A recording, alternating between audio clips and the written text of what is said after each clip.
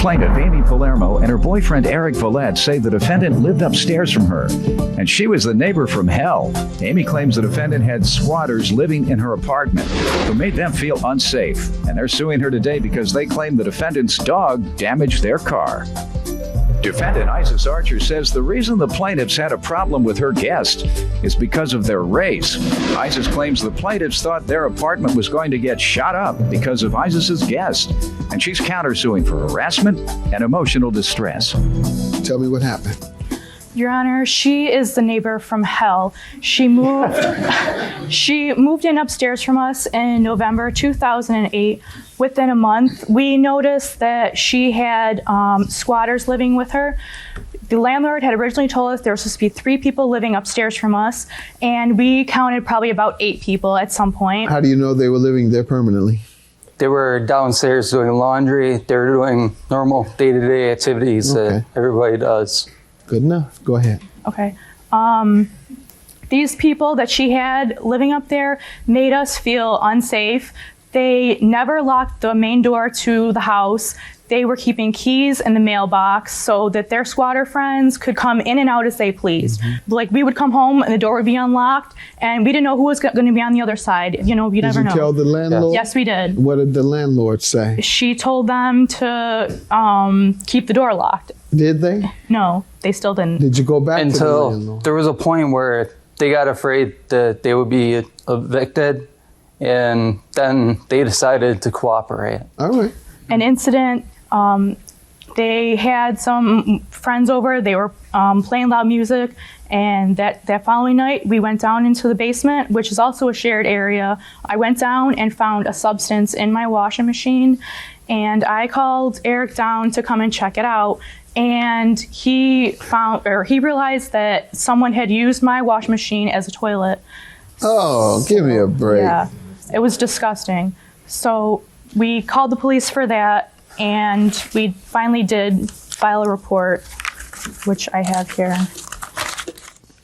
Let me hear from you, ma'am. Okay, Your Honor, I'd like to first off and state that this woman is very racist. Since the day my boyfriend and my mother's boyfriend, who are African American, moved in, there has been nothing but racist comments, racial allegations, this everything. Is not true. Accusations, Your like Honor. they assumed they were in gangs. They even admitted to saying that they were afraid the house was going to get shot up because there were African Americans walking Your Honor. in and out the house every day. There's been cops over at my house constantly, every day. Saying for little what? noises What are upstairs. the cops coming over and discussing? They said that there had been loud noises upstairs, which the only thing What that else? was loud up there, What else? the dog being too loud. Dog loud upstairs. He was What playing else? around. That is not true. What Never else? called the police. The dog being in the backyard. And I never mean, called the we've police. had What that. else? Okay. So for the most part, loud noise in the dog. Yes. All right. Nothing about squatters, as they refer to them. Yeah, Never they're referring called to about my that? boyfriend and her and my mother's Did they boyfriend as call squatters. about the human substance that they found in the washing machine? Yes, and to be honest with you, And not a single soul. So it wasn't just about Yes, the music they did call and the about dogs. the peeing in the washing machine, supposedly, but nobody was home that day. Do you leave the key in the mailbox for others? Only for my boyfriend to get into the house. Doesn't he live there? Yes, Why doesn't he have a key? because nobody would go out and buy the keys. How long did you live there? When we first moved in, we made 3 copies of the keys. One for my mother, me, and the roommate. The roommate, he never, when we asked to use a key to come back into the house, he never let us. Ma'am, what you're saying is totally contradictory, so I'm not going to keep going over it with you. Well, let me get her witness to talk about any names he was called, racial names. State your name. Dwight Jackson. Go ahead. I moved in around like January, beginning of January. After that, we were having problems with the neighbors. Like what? She used to go up to the landlord saying, Isis and her mother are in-lovers. How do you know? Because the landlord would tell us. Really? What? We was friends with the landlord. Tell me how the friendly landlord told you. She came. At what point? She came- Describe the scenario. She came in and approached us as she was getting her Where rent. were you? I was upstairs. She come to collect her rent. Then what? Then she told all of us what the downstairs neighbors was saying, what they was doing. And we are also told that She said, I have an announcement. You should hear what the landlord has to say about you all. As you get your rent together for me, that's the real reason I'm here. Yeah. I have an announcement. I want all you to hear that your neighbor downstairs is calling her an in-law. That's how it went? It's not only her, because her sister stayed there too. And it was... What other incidents of racism that you were told of? He moved out at a certain point, and that's when He it all wasn't there? happened. No. All He right, had so you moved don't out. have anyone here or any statements regarding these Actually, racist I do remarks? have statements. All right, from whom? My sister. She lived there? My sister had been living there with me for over 2 All months. right, that's right. And she heard them? Yes. Have been present during several incidents of harassment. I was present when harassed defendant using words such as bipolar, so-and-so, and in-lover. I also witnessed many racial harassments by the plaintiff toward the defendant, such as insulting our African-American company. All right, you think she made this up? Sounds like it. All right, good enough. I've never Let's used- move on to the car damages. How do they owe you for car damages? I think it was May of 09. ISIS came up to us and said that they were going to be getting a pit bull dog.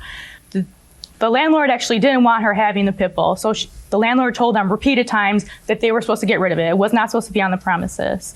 At one point, she passed it off to a neighbor. It got out, and the dog had Got out from the neighbor's home? Yeah, from the neighbor's home who she passed it off to, and 6 o'clock in the morning too. The dog had separation anxiety. It's running back and forth down the street. It came up to the house. It chewed up the front door.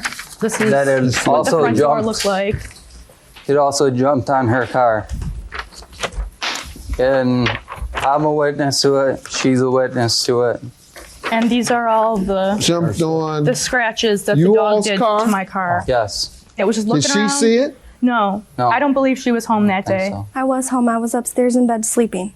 You didn't hear that Did the dog dog barking? bark? I It was didn't hear the barking dog. and The whole crying I neighborhood. and didn't hear howling. the dog until the neighbor Neighbors came across the upstairs street were and brought And then the dog what? upstairs with Then what? we took him. We brought him into the house, and my boyfriend at the time took him back over to our friend's house. And that was the end of the incident? Yes, Okay, why don't you think you should pay? because since I moved in, I've noticed their cars. They're not new. So because the car wasn't new, you think it's all right for the dog to scratch it? The dog didn't touch it. Since I've had that dog, he ain't never been near a car. How is a dog supposed to get on top of the car? All right. How about the biting?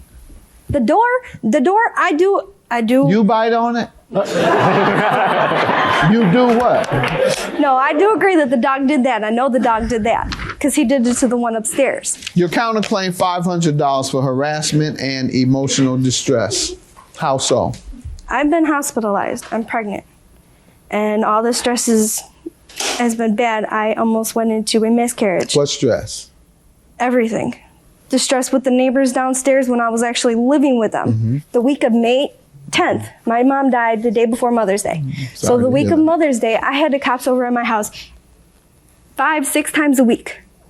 That whole entire week. And that had begun 6 months earlier. Those problems, the police coming by repeatedly. Yeah, the police, All right. that was before that too. All right. After that. Ma'am, I'm going to conclude that most of your emotional distress, if not all of it, was a result of your mother because... Yes, but they didn't make it any better by pushing it on me. Right, but that's not their fault, ma'am. With regard to the car, ma'am, you knew your dog had a disposition to damaging property. He's never damaged anything though You before. just said he was eating this. Well, that was- that's, I mean, that's Your Honor, property. fine. $239 for the plaintiff. Have a good day. Your claim is dismissed. Sits home all day and just makes up these stories about us. It's ridiculous. They've hated us since we moved in, especially me for some reason. I don't know why. But she's hated us since the day we moved in. She had problems with the landlord too when the landlord was living there. She don't like anybody. I just think that she's trying to slander us and try to get out of her responsibility to pay this claim. If she had never gotten the dog to begin with, all these problems would have never happened.